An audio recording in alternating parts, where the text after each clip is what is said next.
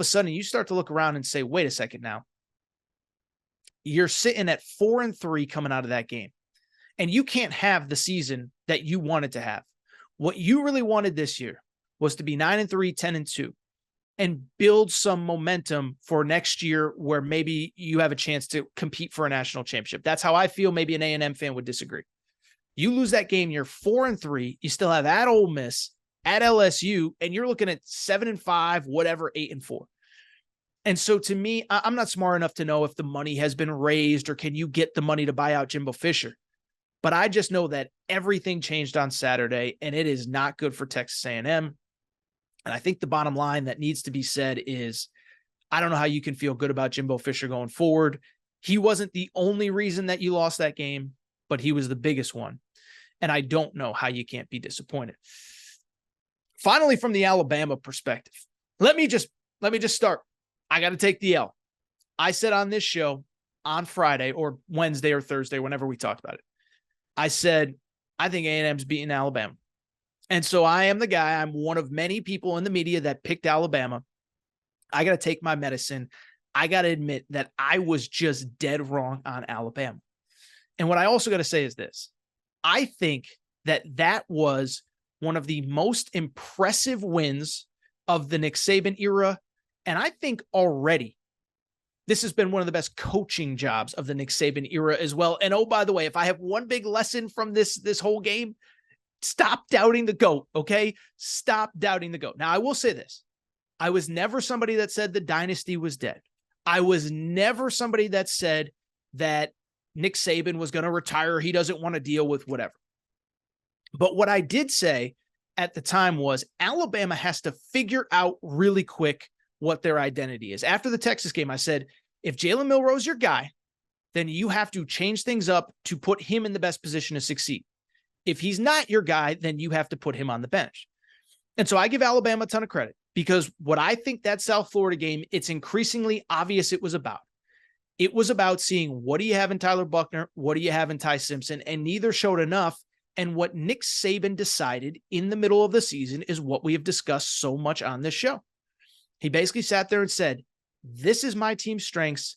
This is my team's weaknesses. Jalen Milroe is a great athlete who is still learning to play quarterback. My offensive line has not yet proven that they can pass block, and my defense is really good. And so they built a system to accentuate those strengths and highlight those weaknesses. That's what great coaches do. Well, that is what Nick Saban did. Now, to the credit of the players, they're all getting better, right?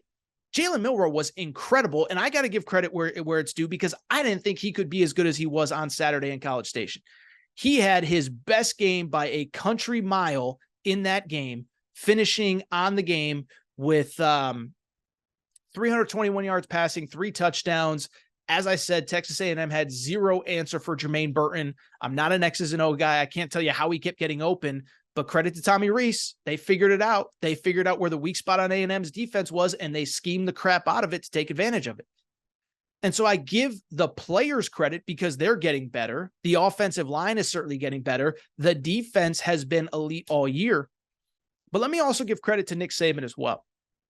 Because to me, this is already one of his best coaching jobs in college football or in his time in Alabama.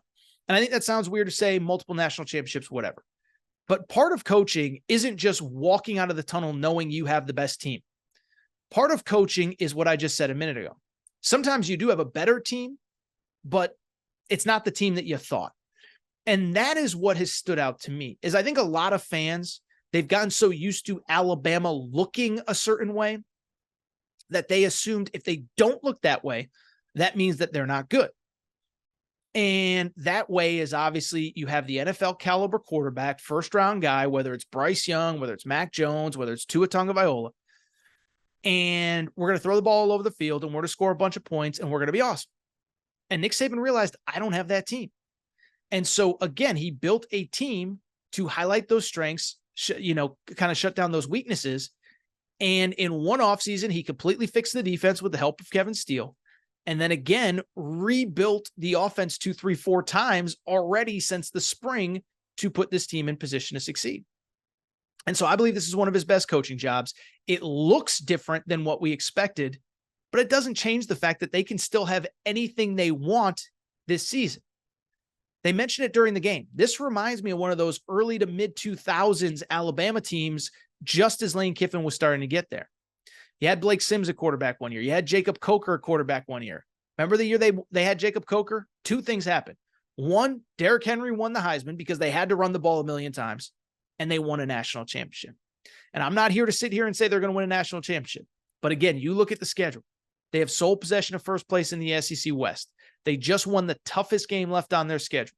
They got Tennessee, Ole Miss, and LSU at home going forward. Their only two SEC road games left are Kentucky and Auburn, two games that they should win. So they have to feel pretty good. And they have to feel, especially because they didn't even play their best game on Saturday. That's the crazy part. Saban talked about it after the game. What was the final penalty tally? What was it? 11. I want to make sure I have this right.